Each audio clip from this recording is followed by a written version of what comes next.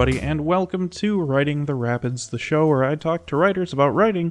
Very often those writers were recommended to me by the writers who have previously been on the show. Before I get into the interview with this month's participant, Zac Smith, I'll remind you that you can help the show out by sending a one-time donation to paypal.me/noisemakerjoe or a recurring monthly donation at patreon.com/noisemakerjoe. There you'll get things like early podcast episodes, pieces of flash fiction, maybe a novella or two that nobody else will get, maybe even more. Zac Smith is a writer, poet from Boston, Massachusetts. He has most recently published the book of poetry called 50 Barn Poems, out now on Clash Books. His other writing has appeared in places like Wigleaf, Maudlin House, X-Ray Lit, and more. You can find him on Twitter at Zac the Linguist. So without further ado, let's get right into it. I think the most pressing question, and really the only rational place to start, is why Barnes? You're the first person to ask me that. No, just kidding. That's a reasonable question. So I think primarily, it's sort of tied to the genesis of the book, where it came out of the idea sort of came out of a group chat I was in with some other writers, and I forget exactly what we were riffing on, but I wrote what would become the locus for one of the barn poems in the book, and Mike Andrelzik was in the chat. He's a poet. He writes a lot of haiku, haibun and stuff, and he was like, sort of flippantly, I think he was like, you could write 49 more of those and you could have a book. And it sort of got in my brain because I was at the right moment where I had sort of been thinking more seriously about trying to make a poetry book, and it felt like just a good sort of like goal or project idea as anything. And so I got inspired by that, I guess, and then leaned into it, and I was pretty happy with how it was shaping up and the result. So once I started working on it more, it sort of acted as this like image that I got really interested in from all different angles, which I think sort of get reflected in the different poems, because I don't have too much of like a real personal relationship with barns or any one barn. I don't live on a farm. I didn't grow up on a farm or anything. But I think in a lot of ways, like, that's the kind of image that I like the most to think about for poetry, in a sense, is that if you know a lot about something, it's easy to get stuck in your own head about it. And you end up like tripping over what you want to say or can say, or if you're speaking from authority, you feel like some sort of obligation or something. And I think maybe that's the reasoning behind a lot of cliches in poetry, like writing about the moon or water or something, because they're kind of mysterious in a way, but you can have this experience with them or interaction with them. So the barn sort of became that for me. I like it. I've said on this show, and really anytime poetry comes up, that the poetry that in my adult life really connected with the most was kind of old white guy Midwestern poetry. And it's funny to read barn poems coming from that place because it's like not that, you know, it sound would be, but then it's not, I guess. So it's interesting. It's kind of like I don't know, somebody who's like, it's almost like, you know, the progression from Black Sabbath to death metal. You know, it's like, I don't understand how we got from there to here, but I really enjoy it. What kind of poetry do you read?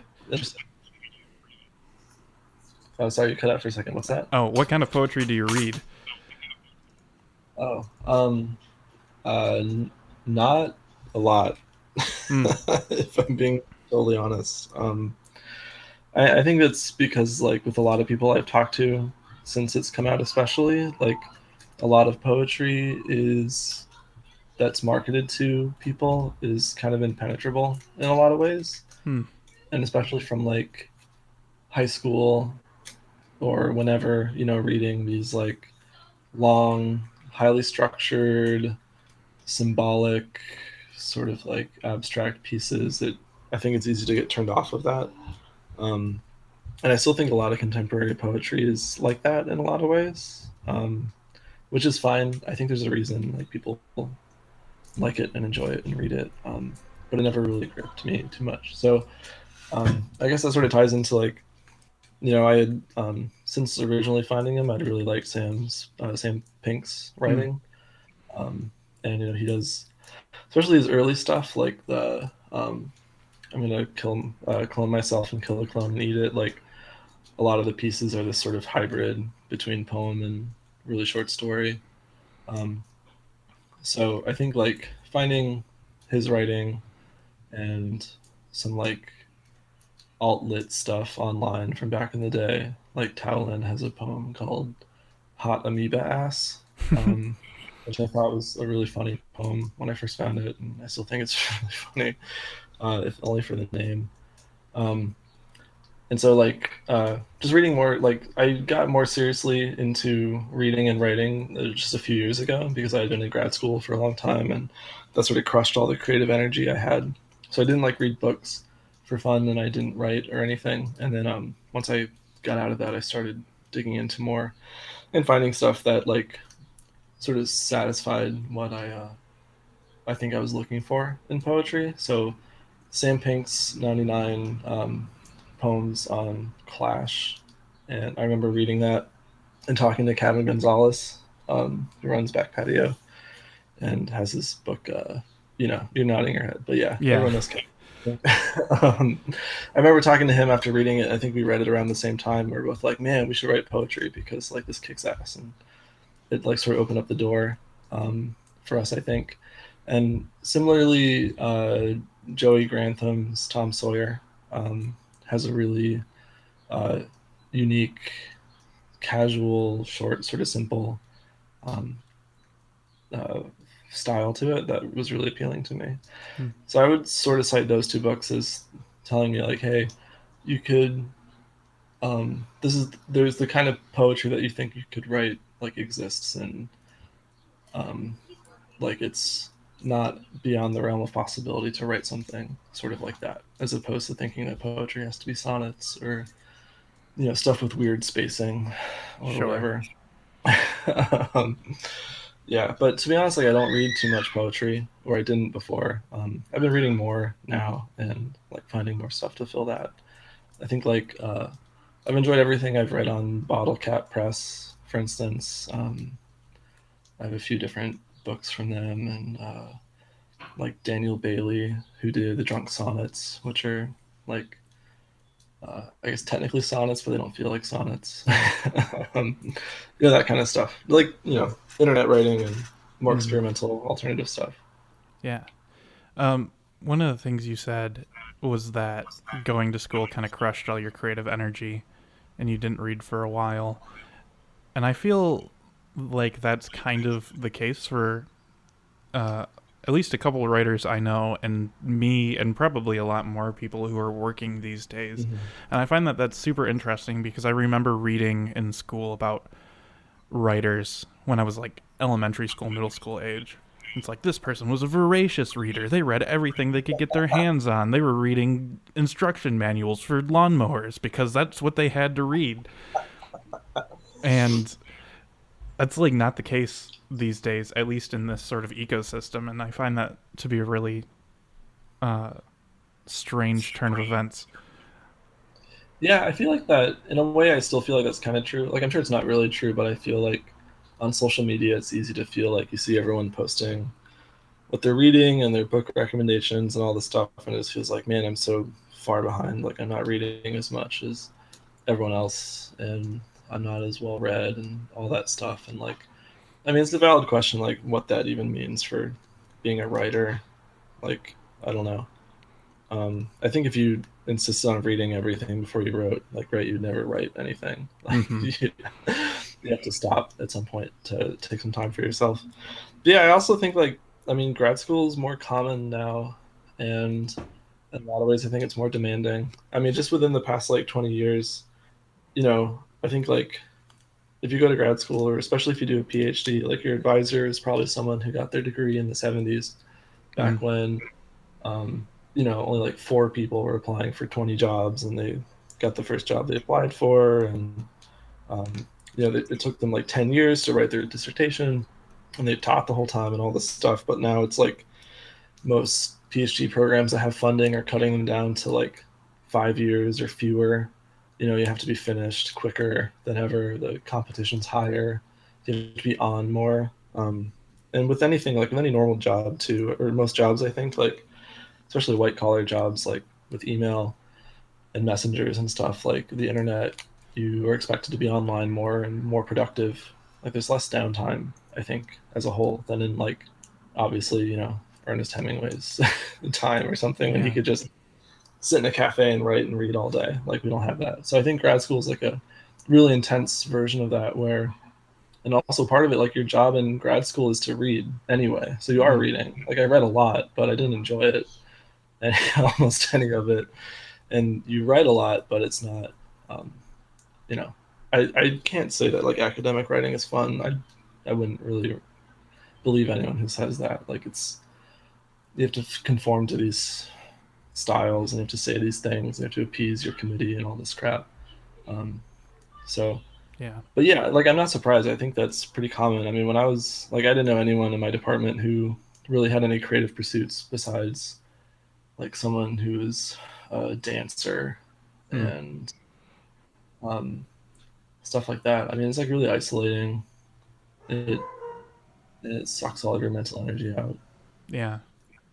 I So had a friend who, or a coworker friend who had has an MFA, and he was giving me some of the books that he read mhm. while in that program, and he's like, "This is the kind of writing that this particular program is looking into," and I read them, and I just hated them.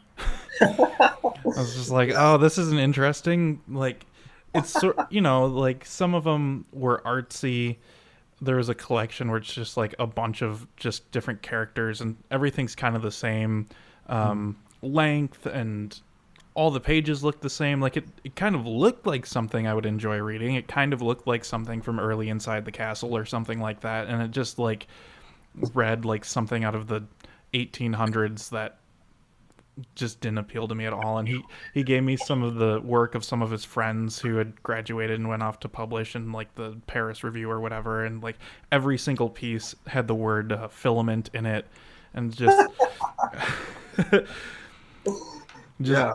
it sort of crushed my desire to do it. Like I want to do it because I think I would enjoy teaching, but I guess there's Yeah. also YouTube, so I could just start making YouTube videos and Well, I mean, that's the thing. Like, and I've talked to a lot of people about this. Like, I don't have an MFA. I was doing a PhD in linguistics, mm, which in a lot of ways, like, I am thankful for that it wasn't a creative degree. Like, uh, in some ways, because like, I don't know, it kept like I'd be really sad. I think if the thing I burned out on was create like a creative venture. yeah, Like I can't imagine doing a PhD in poetry and ending up feeling the same way I felt about a PhD in linguistics, because then I would never write poems again. Like, yeah, and that's really sad. I think I feel bad for anyone who has to deal with that.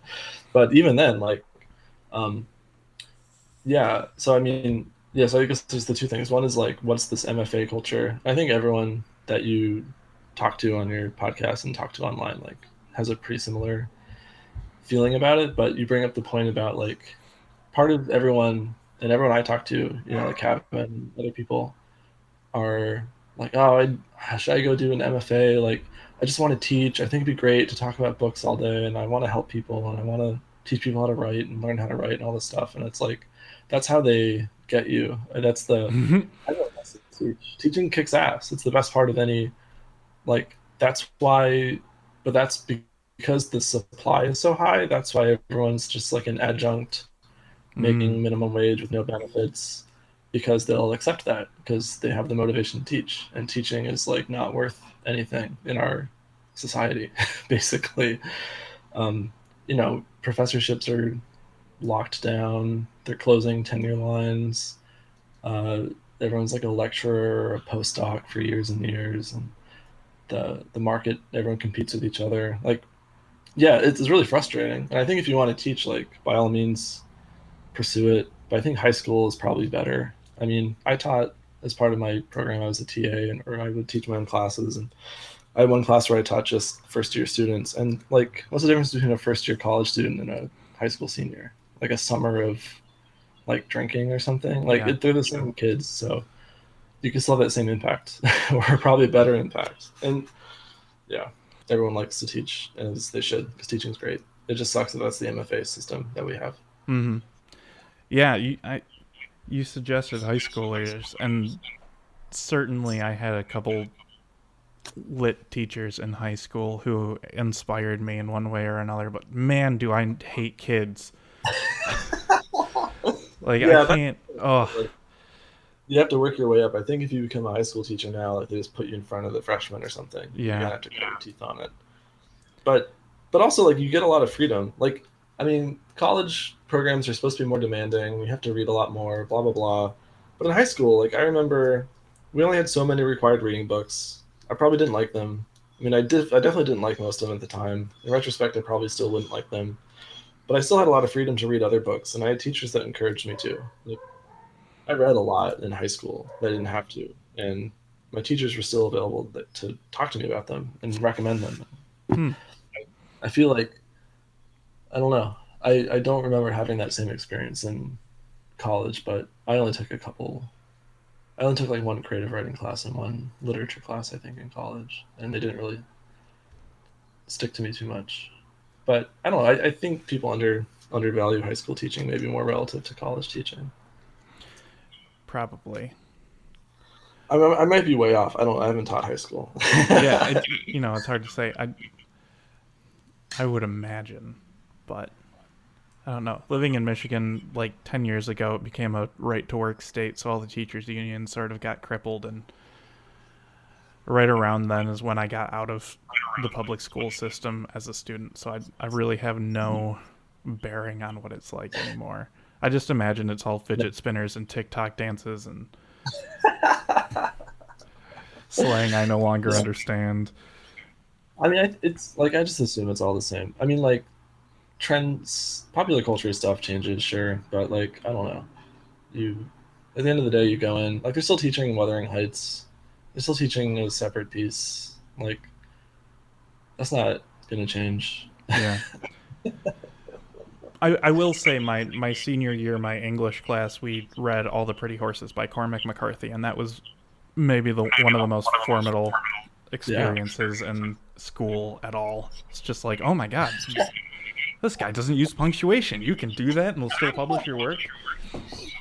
Yeah, I mean, I think so. Like, I don't know. It's easy for me to shit talk, like people that I don't know anything about, but like, it feels like it'd be so easy to get kids so much more excited about literature just by having like, I don't know, a 1 month unit sometime in high school about contemporary publishing. That's not like the Jonathan Safran Fowers and the whatever of the Yeah. world.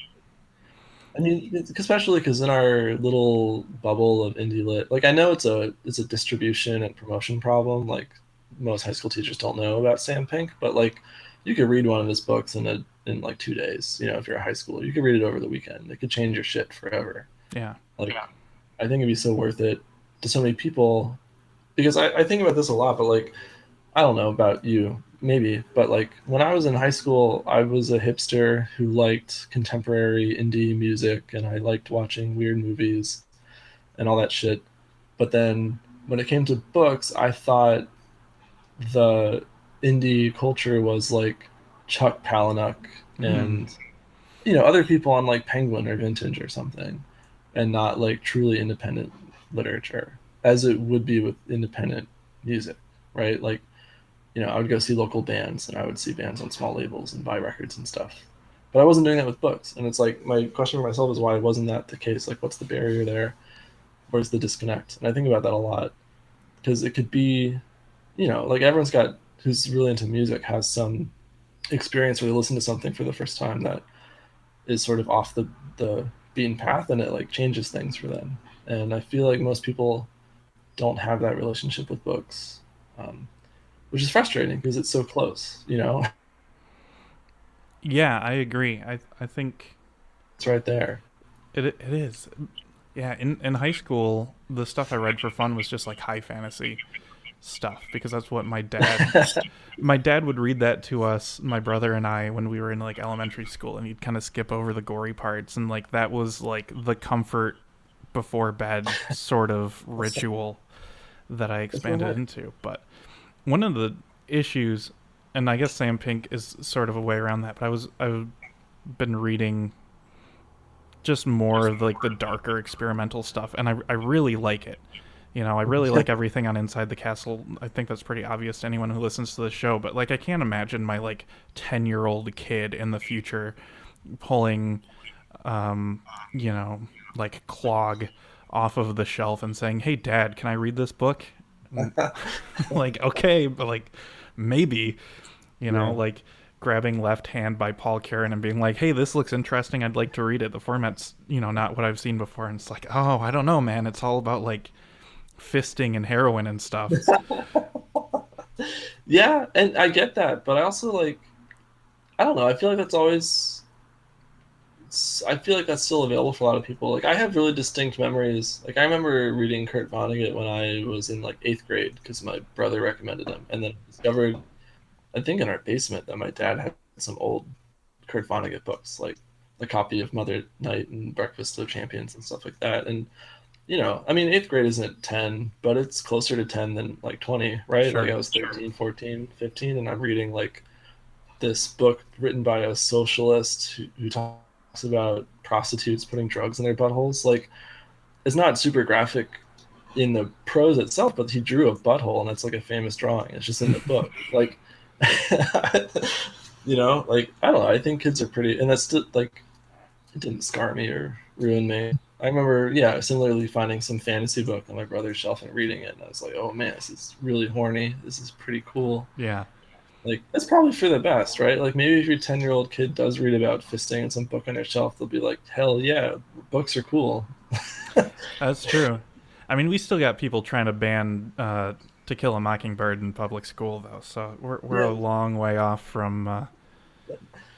Do you think that's gonna change? No, probably not. Yeah. But it's an interesting problem to have. Yeah, no. I mean I think you have the right idea though. It's like maybe this is what you were saying, but I, people always talk about it as a parenting problem or whatever, and it's about like you can only rely on the schools to do so much because they're mostly daycares by design. They're just there to make sure your kid doesn't die. Yeah. Like, and learn how to maybe think critically about something.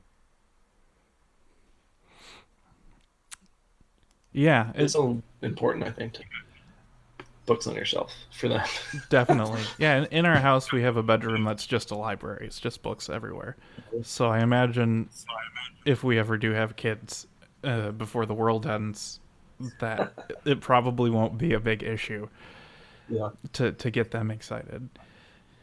Yeah, I mean, kids pick up on. I mean, when they're young, they think you're the coolest thing. I think because they don't have anything else to benchmark you on. Yeah. There something that you said earlier is sticking in my head. You were talking about feeling not well read and feeling like seeing everybody on the internet. I have this feeling that I kind of perceive everybody that I follow on Twitter to sort of just be different facets of the same personality. Like it's just me and one person on the other side of the screen, and I feel like that might be something that needs to be overcome by a lot of people. I feel like secretly that's probably something that a lot of people feel. And this is like a social media problem, sort of at large. But this idea that everybody has read every book on, Soft Skull Press except for me, Yeah. and like, oh my god, I gotta read all these things now, or like this feeling that everybody knows everybody just because I see three people have sort of a running conversation in my Twitter feed, Yeah. and I mean, I think part of that's like I agree with you partially, and I think some of that is like true though. Unfortunately, like there are people like Troy James Weaver, who I'm convinced has read like a factor of 10 more books than I have, or something crazy. Like, let's say I've read 1,000 books in my life. I think Troy has read like 10,000 or 20,000. I wouldn't doubt that at all. Like, and that's part of his story, and it was like a big saving move for him, as I understand it. Like, you know, I think it's true that there are those people, but it's also we suffer from this aggregate sense of like, yeah, he's read a lot of books that I haven't, but I've also read some books he hasn't. But then someone else has read more of the complement to that set, and someone else has read something else, and then like you scroll through your Twitter feed for 10 minutes, and all of a sudden you have a reading list of like 100 books, and yeah, like you're saying, you get the sense that like because two of the people you follow have read one of those books, and it feels like everyone has. But I mean, yeah. But on the other hand, for the thing about like friends and stuff, I do think that's accurate. Like I think there are lots of uh, friend groups, like reasonably so. I mean, Twitter, like as much as I'm on it, it's terrible for a lot of reasons because it's like being at a really big party. Yeah. If you think of like the scale of these things, like maybe like I follow 100 of them, like, record labels or book presses or something. So maybe I follow like 200 unique people Hmm. who are tweeting every day their opinions and experiences. Like I've never been to a party with 200 people at it, let alone talk to everyone at a party even smaller than that. So like I don't think we're accustomed or used to or even should be able to like understand what that means to navigate that social space of like you're at a party with 200 people and you're having a conversation with 200 people and like so it's only natural, I think, you go to a party or you have a friend group where there's going to be someone in the kitchen and someone on the back deck, and they're having their own they're bringing their own social groups to the party. Like I think that's inevitable, but you're right, like it can feel like, oh man, they're buds Yeah. and I like them. I want to be part of that. Yeah, it's interesting. I have been noticing as I've sort of wormed my way into the writing world via this podcast Has that anyone not wormed their way into it? I oh, mean, sure. I mean, that's an accurate way to describe whatever anyone's doing. yeah, that's not necessarily a like an accusatory sort of verb. It's just the way that it feels. Sure. That like bef- when I was in college and then I was reading about alt lit, and it seemed like a big party. Everybody's in this one big G chat with like 50 people in it, and they're all sharing their stories and everything like that. And then last month I talked to Sam Pink, and he's just like, I don't know, I talked to like two people. Yeah, yeah, I remember. Yeah, I And remember listening to that. that's Yeah, it's crazy to me that I don't know, because it also seems like in publishing, even in publishing this small, you need connections to get stuff published. And I don't know, it's daunting even in a tiny world. sure. Yeah, again, I think it's like this aggregate effect. Like it's a, I mean, they call it a network for a reason because it's like, even in my experience, like I have some friends that I talk to like daily or whatever on Twitter or text or whatever, email. And I have some people that I have email correspondences with, and I have some people that I've been published in the same magazine or issue with, and I have some people that I've solicited for stories for something, and I have like people I know because we have the same publisher or because they are my publisher. And then I have people I know because I asked one of those people to get me in touch with someone in Seattle because I wanted to do a reading or whatever. And like your network grows that way. And then I think like once you overlay all of those, if you're like, oh yeah, this, like you're talking about alt lit or whatever, it's like, yeah, so Towlin published, Megan Boyle and E.R. Kennedy and Brennan Scott Gorel on Moo House or something. And then uh, I don't know. Brandon Scott Gorel did a book reading at some point with these three people, and one of those people did a book reading with that person, and that person runs this press. And at the end of it, yeah, it feels like this whole big community. But I don't think like anyone. I mean, Yeah. I'm actually speaking of Brandon Scott Gorel. I'm actually like rereading his House book right now, and there's this line that stuck out to me where he's like, "I feel bad about not feeling interested in all of the blogs that my friends write," or something like that. And so I think even back then, it's like there's this sheen of community, but people are still like, "Oh, I'm not gonna read his blog today. It's a fucking blog. I don't care." Yeah, maybe it has something to do with the Tumblr age too. I don't know. Something about Tumblr makes things Yeah, feel different. I was never on. Were you a big Tumblr person? I was never on Tumblr. Um, I mean, I had a Tumblr for a year or two, and I don't think I ever really made anything. I was Yeah. more just consuming. I mean, yeah, I think I don't think I'm able to say anything unique about social media, and it's interesting that uh, that any conversation it feels like about publishing or writing is necessarily also about social media. Like we've gotten to an interesting point in history. Yeah. So, sort of hopping off of that, do you have an active desire to do writing full time? No, Okay. yeah, Because I feel like that's probably the case for a lot of people too. And I remember when I talked to A.S. Coomer, he mentioned that he didn't have a day job. And like he does music as well. He's in a couple bands and he writes books and that's it.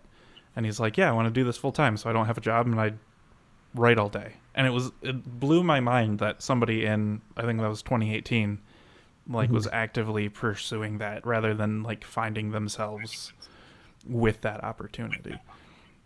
Right. I mean, I understand it. Like I don't.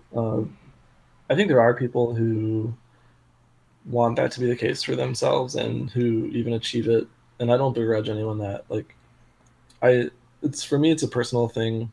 I think partially because maybe part of it was grad school because it's at least in my experience, the environment was your personal life and your social life and your professional life have all merged, where all your friends are doing the same thing as you, and like it's your job, and your job is to learn how to get another job, and like you're expected to be engaged in the community and like tutor people or do workshops or go to conferences and socialize with other people doing what you're doing. Like it felt like that. And I think it's really easy to get to this scenario where if you don't like some fundamental aspect of it, then your whole life sort of collapses. So like, and this is completely separate from the idea of sustainability. Like it's, I feel like it's almost impossible now to be confident that you can have a sustained music career that will get you from the age of 18 to like 70 or something, right? Like Yeah. it doesn't feel structured that way anymore. Um, like even your most like, I don't know. That's like a tangent I could get into about like more independent stuff anyway. Like what does the guy from My Bloody Valentine do day to day? He's put out like 4 records since like 1983. Yeah. Like, I don't know where his money comes from. I don't know what he does. I think he does music production. I think sometimes he goes on tour, but like Yeah. I don't know. Well, he's married to the bassist from Mindless Self Indulgence, so Oh they're really? probably not. Yeah, yeah, I think so. The Okay. the bassist married Gerard Way back in the day. Oh! You're talking about My Chemical Romance. Oh, Yeah. what did you say? Oh, you said My Bloody Valentine. Uh oh. Oh man. At least we're not talking about Bullet for My Valentine, right? Yeah, that's true. Yeah. Yeah, so you're talking about what's his name, Kevin Shields. Yeah. Yeah. Yeah, I don't know. He just Right? Like it's a weird thing to think about, and so it sounds scary, basically. And I think maybe because I was close to having that experience where like I hated what I was doing, I wasn't going to be successful at it, I wasn't making any money. The idea of putting all your eggs into that basket is, from a practical standpoint, like, yeah. So I think it's reasonable. I think a lot of people, like you said, like because maybe of our generation, like recession after recession, gig economy, like class exploitation, like having a like you're more in survival mode. It's like I really want to have a 9 to 5 so that I can continue to eat and then secure for myself time to write or make music or something. yeah. But yeah, more power to people who want to do that. And I just like, I don't begrudge anyone that. I think that's great. And I think some people do it, but then like in publishing especially, it sounds terrifying because like the whole payment structure is like advances that you have to earn out, and then royalties that can vary depending on whatever, and like contracts that you can't fulfill. I don't know. It just seems really fucking stressful. I'd rather just like clock in and out, and then turn my creative brain on at 5:30 or something. Yeah, absolutely. Yeah, I'm in that same sort of thing where I feel like if I were given the opportunity to do that, if I had a novel that hit it big and then I got, a $200,000 advance like John Scalzi or something stupid, then I'd be like, oh yeah, okay, I'll tell my radio people where they can stick it and I'll sit at home and type all day. But I feel like to do it, you have to be obsessed. And I feel that way with, higher education, like getting a PhD. Like, I feel like if I wanted to quit my job and become a writer, I would have to want to write for 12 hours a day. And I don't find myself wanting to write for 12 hours a day. I find myself wanting to write for an hour or two and then maybe having little ideas throughout the day after that. Yeah. I mean, I feel that way, but then also I get self-conscious. Like, I'm sure there are people listening who are like, oh, these fucking idiots. Like, they don't have the passion. They're not reading all day. Like, yeah, maybe we shouldn't be doing writing. Maybe we shouldn't be making art. We're not the artists, Yeah, maybe not. Are we just coaching? Are we just tourists? Yeah, that's the thing. I was recently watching a bunch of old Harlan Ellison interviews, and he's like, there's people who sob about how hard writing is, and I'm glad it's hard for them because they shouldn't be writing. He's like, I moved to New York and started writing. I sold 2 stories the first year and 103 the second year. And from then, it was just writing. And I'm like, oh, that's great. I'm really happy for you. I mean, I would agree with I fucking hate people who are just like, writing, it's so hard. I hate my book that I'm writing. Well, stop writing your fucking book. Yeah. Like, if you hate it so much, don't do it. You're gonna live to be like 70, maybe. Like, it's fine if you hate your job or you have like a shitty situation where you can't escape that. Like, it's fine if you hate your town or you hate your job, but you have to deal with it. But like, if you're writing for fun, you fucking hate it, don't write. Stop it. Yeah, absolutely. I don't get that. It's all over. I feel like it's all over Twitter too, but maybe it's because Twitter's like, this is the other thing I think about a lot, that Twitter's designed to be like an anger engine. Like, anything that goes viral because it pisses a lot of people off, and like the quote tweet system seems designed to just, like, the dunking thing is designed, like, everyone thinks they're being clever or like signaling, look at this idiot or whatever, but like, that's how they count those as engagements, and that's how Twitter's like saying it's successful, and it's just pissing people off, and it's like by design. So maybe that's why you see it more on Twitter, is because other people get pissed off and then talk about it. I don't know. Yeah. Well, and you see the platform used for one thing and your brain just automatically says, oh, that's what that platform is for. Right. Yeah, I catch myself doing that an awful lot, is opening up Twitter thinking, oh, I haven't tweeted in a couple days, I should tweet. And then not thinking of anything to tweet except for some sort of like quippy, sarcastic, or complaint or something. Yeah. I mean, it's really easy too, especially like as it feeds into itself. If like all you see is some stupid hot take about writing prompts, like, your gut reaction is to want to talk about it. Yeah. And susceptible to it. I try not to be. I try to just do the kind of tweeting I want to see on Twitter. And it sounds, I hate how much I talk about Twitter when I talk about writing, but I guess it's inevitable. But like, do you think, like, so you talk about, oh yeah, this obligation to tweet. It's like, I want to be the kind of Twitter user that I want to follow myself. So I don't retweet too much stuff. I don't try to tweet things because I'm mad or trying to like be clever about something. And I try to tweet with some amount of frequency. I try not to be too self-promotional. I don't know. This sucks. This is bad audio. People are gonna hate me going there.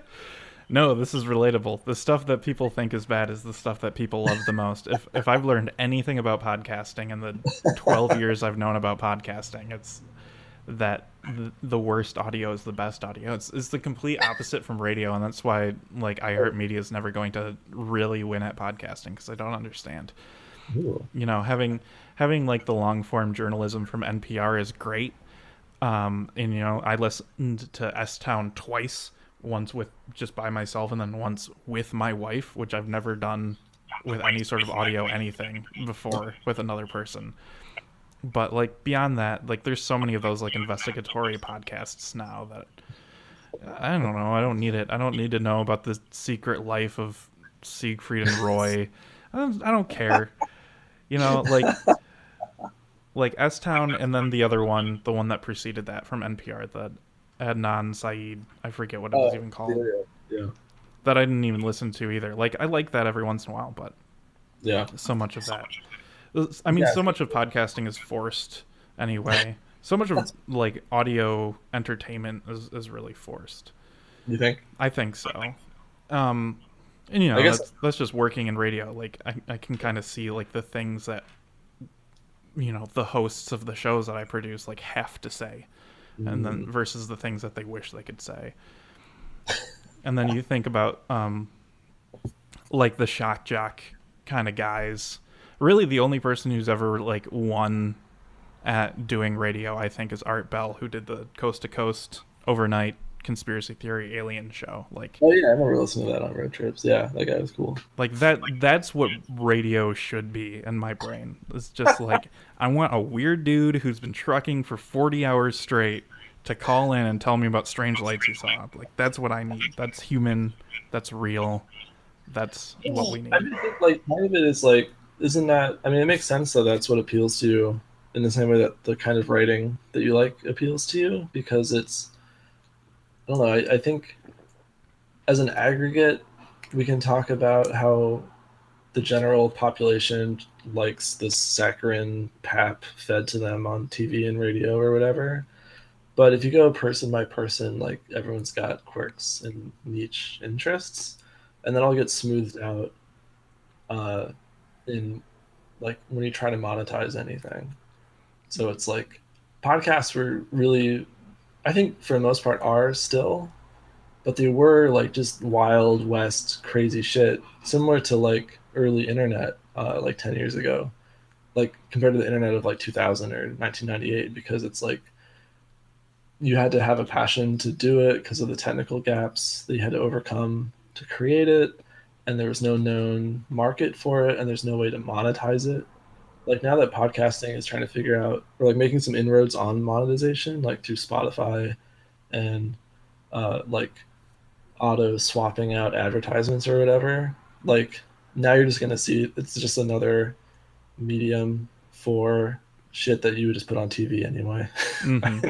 And now it's audio, as opposed to like there's this Blink-182 podcast where the two hosts just talk about every Blink-182 song, and each episode's like 3 hours long. Oh my god! Like that's not. Like, they'll get like guests on and stuff, but I forget what it's called. But like we're not going to have stuff like that in like 10 years, I think, because it's not going to be, I don't know. Maybe we will. I hope we do. But I feel the same way about books. Like the books that are in the Barnes and Noble shelf, bestsellers stuff, or the Amazon recommended top sellers or whatever. Like it's actually getting more transparent with Amazon because I think they're not, like if you look up because I've done this before for other reasons, but if you look up the best Amazon sellers of 2018 or something, like they just put the kids' books right in with the crappy literary fiction and like the genre book. Like it's really transparent where they're not trying to curate it like, oh, these are the best-selling adult books. These are the best-selling like books with artistic merit. Like this is just the crap that people bought. Like it's the Da Vinci Code, it's this kid's book, it's the Bible, it's whatever. Yeah. Like, and I like that, seeing that in a sense, because if you go into Barnes and Noble, it's already curated, so it's like double fake, I guess. Mm-hmm. It's like here's what's popular, but also what we think should be even more popular. Sure. Makes sense.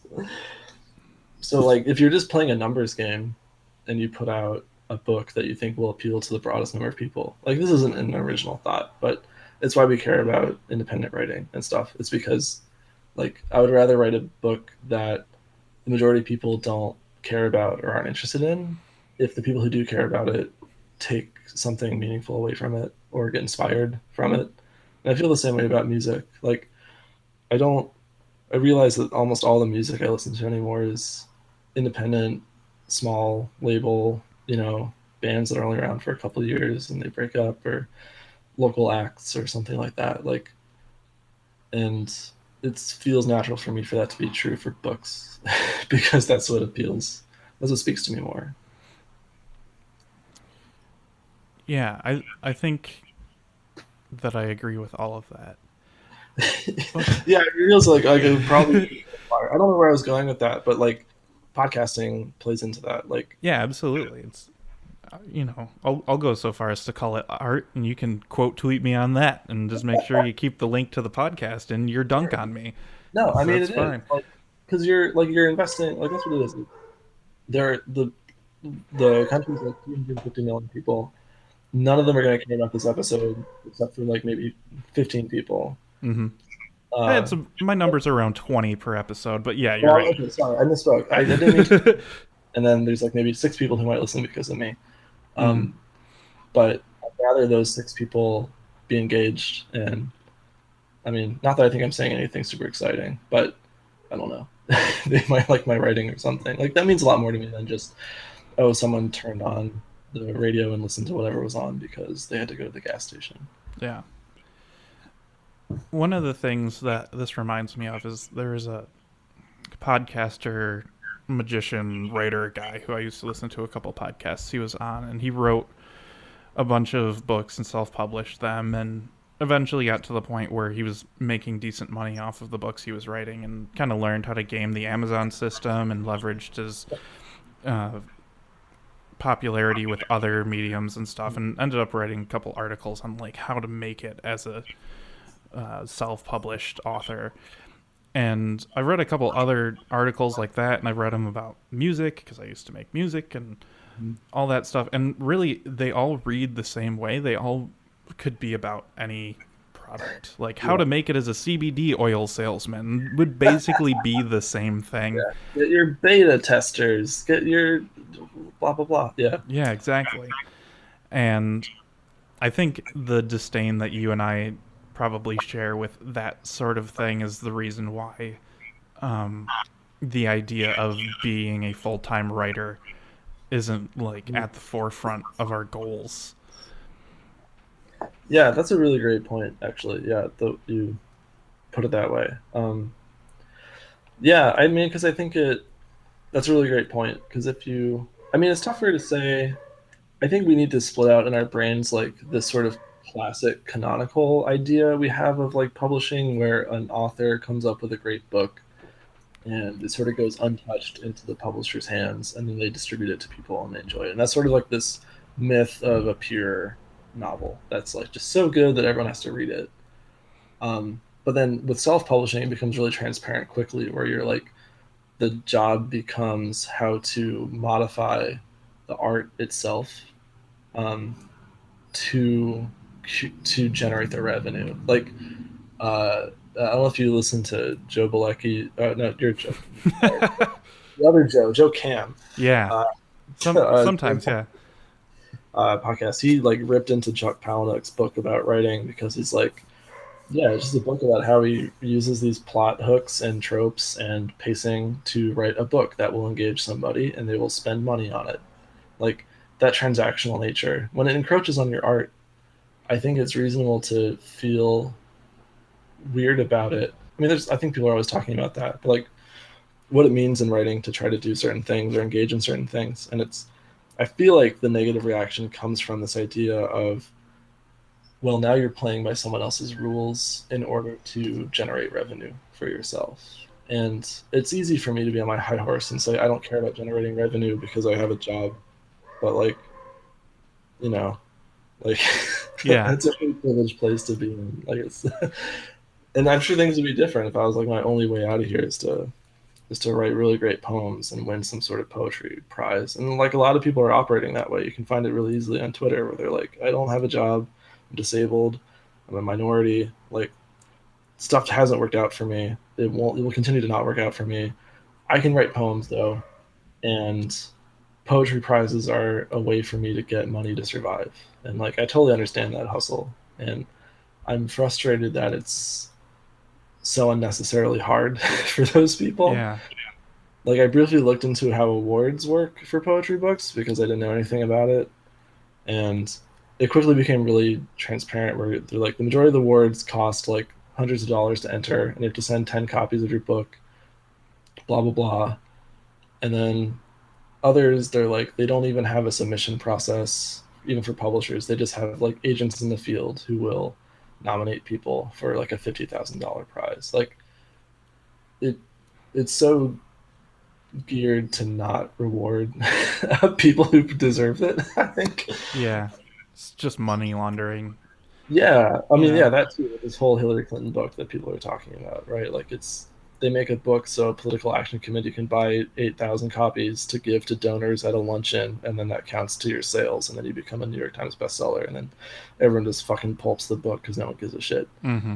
That sucks. Like, that's what you're competing with, and so I think like it is frustrating because if you're not that cynical and you're like, well, I still think I could sell a couple thousand copies of my book if I work really hard and I work with a publicist and then we do a PR campaign, I do interviews, and I get on local NPR affiliate and blah blah blah blah blah. Maybe I'll sell some books. And it's like I think there's like this valley you can fall into where you're trying to compete with a machine that you will never be able to compete with, and in the process you can compromise some of your morals or ethics, and then it's just like lose lose. Yeah. Like you tried selling out, and you were never going to be able to sell out, and now you just kind of got fucked from both sides. Right. Yeah. I mean, that's why people talk in our ecosystem a lot of shit about agents. But what I wouldn't give for an agent who like just takes the weird stuff I write and says, "Yeah, I can find a home for that." And then I just don't have to worry about it. And they can take Yeah. 15% or whatever. Like, oh man, what I wouldn't give for that. I get it, absolutely. I mean, I think about this a lot with editors too, right? Like, it'd be great to have some, like a Gordon Lish or someone like a who you just can trust sending your work to, and they'll make it better, and like they'll work with you, and you don't have to worry about your own fucking typos. Like because we moved to the gig economy so hard, like I don't know, like you have to do everything yourself. Like everyone's just putting more and more onto the creative. Like in bands, I think you see this a lot more. Like if you're on a small label, I think this is true for small presses. Like I don't like I don't want to talk shit, but like Soft Skull, like they're a cool press. They put a lot of great books. They sell out, thousands of books, and they have good like galley campaigns, and they get like Sam got a review in the Washington Post. Like he got like a 2-line note or something like that. Like which is great. Like Soft Skull is engineering this for him, but he also like he was planning on renting his own fucking car to go on a book tour like to New York City. Like the majority of presses I think are moving to the point where like more and more is being put on the author, and this is just because of the economy of things. Like I don't blame the editors or whatever of Soft Skull for not throwing like $8,000 at Sam and booking him on a tour or whatever. But like I don't know, maybe it's always been this way, but it feels like it's moving towards like what are we willing to accept as having to be the people doing our own business as creatives, which is a shitty word, creatives, but you know what I mean, right? Yeah. Like and like self-publishing, like that's all on you, and then yeah, you have to sort of try to gamify it, and I don't know. Like so, yeah, it's again, it's like in my brain is this like valley. It's like, yeah, you can.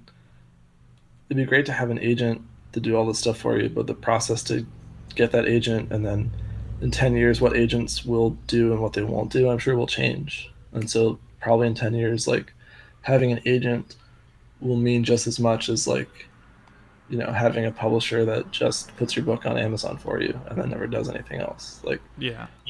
Well, having an agent, but then you have to write your own emails to yeah. fucking. Well, I don't really even want an agent. I want an AI that will scan through Duotrope and submit my books for me. Like that's what I want. I want it. I want an AI that will write query letters and find good homes and just go. Yeah. So if someone wants to code that, I would pay a I decent was subscription fee for that. because of back patio stuff. We had to write like book synopses and like blurbs and stuff. I was envisioning having a thing where it's like a template. Yeah, you just plug in like a couple adjectives and a couple plot points, and then it just generates the back of the book summary for you. Mm. Giacomo Pope wrote a rejection generator based on a bunch of rejections that I'd gotten, and I sent them to him, and he like chopped them up. It was really funny. Nice.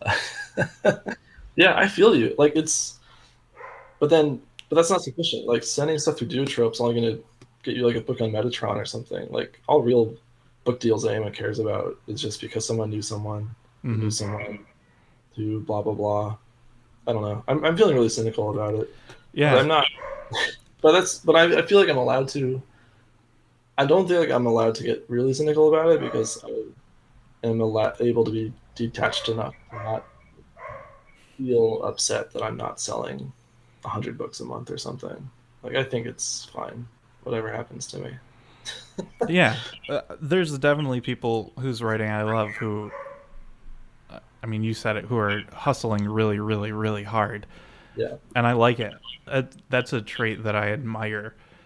But, like, I think about it for 15 minutes. I scan submittable, and I just kind of curl up into a ball and just say, oh, man, I just want to write my novel about snuff films. And then I do. And, like, hopefully somebody wants it. But if not, I don't know. yeah, I'll just, like, put the Google Drive link on my Patreon and say, okay, anybody who wants to give me $10 a month can get that, and yeah. just kind of sit and hope. Yeah, I mean it sucks if you like just zooming out enough because it's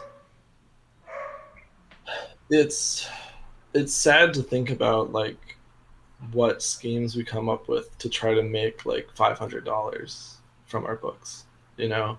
Yeah. And there are people making $1 million advances to sell some just fucking garbage.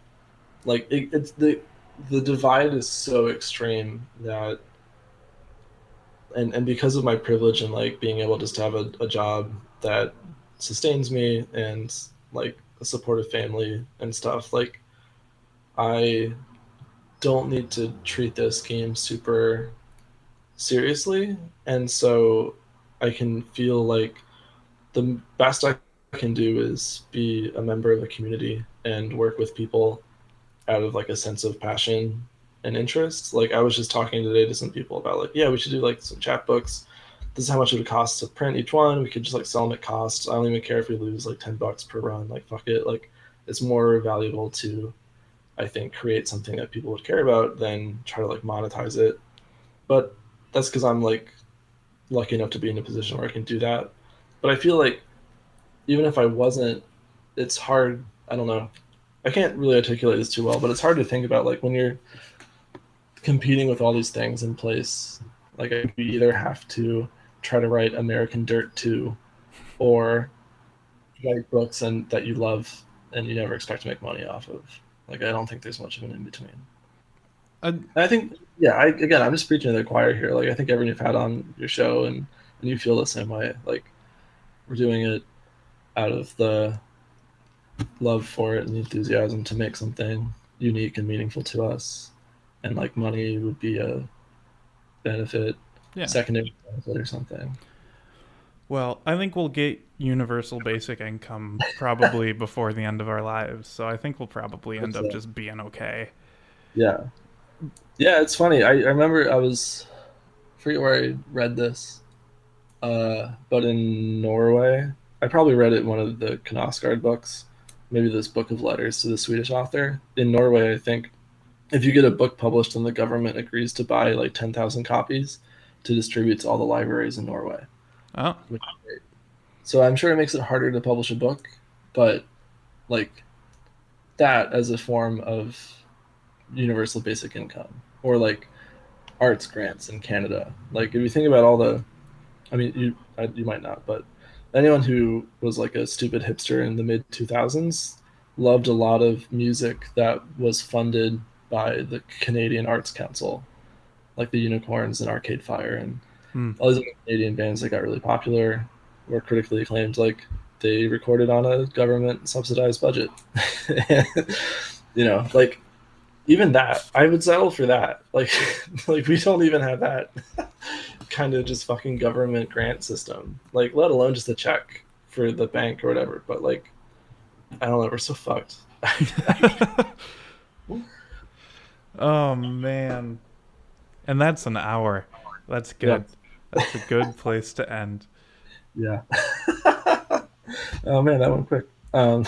Yeah, I love when it goes quick. Those are my favorite episodes to do. I end these, as always, with basically giving you the last word. So if you want to promo anything that you've done or anything that you think other people should read or listen to or watch, or a quick point by point of your political manifesto, here Yeah. is the place for it.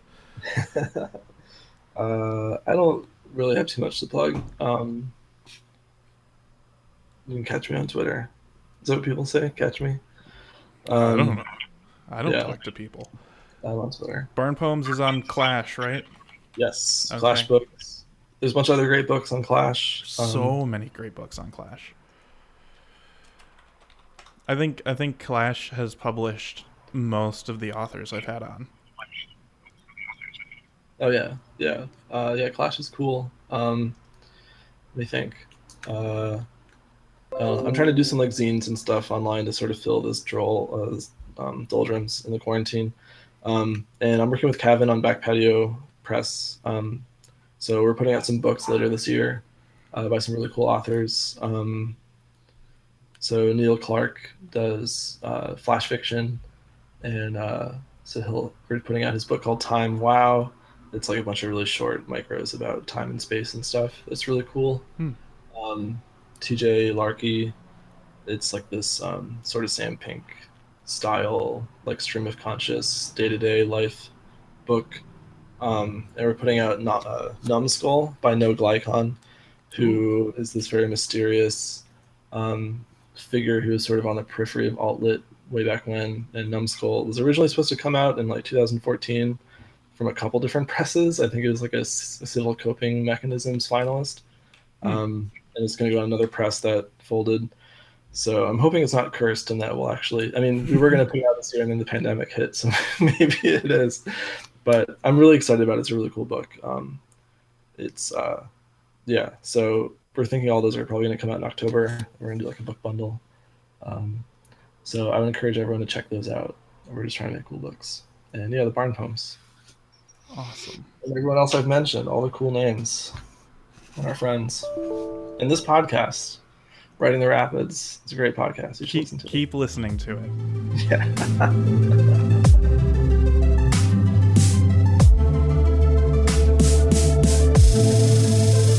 This one's called Barn Poem 13, and it has 4 parts.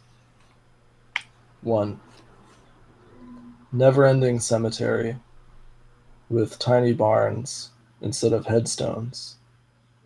At night, you might see one of the barns hosts a small, shining light. 2. Barn with no doors, trapped in a barn box. Infinite funeral upon the hay. 3. Underneath the mountains lurk 5 million barns, and inside each barn is 5 million smaller barns. 4. I open the barn, and it is full of snakes. uh, all right, this one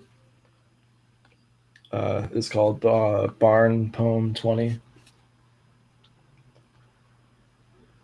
Barnyard with no fence. Where does it end? Fuck, man. I don't know. Probably at the next barn. Haha. Fuck. Endless barnyards. And this one is called Barn Poem 33. Thinking about our beautiful, shining future. Humanity in repose, tranquil and serene. Oh, beautiful for halcyon barns, barn to shining barn, The Intercontinental Barnway, the Transatlantic Barn Line, the Great Barn of China, the Great Barrier Barn, the Space Shuttle, but like it's a barn. Hell yeah, dude. That's beautiful.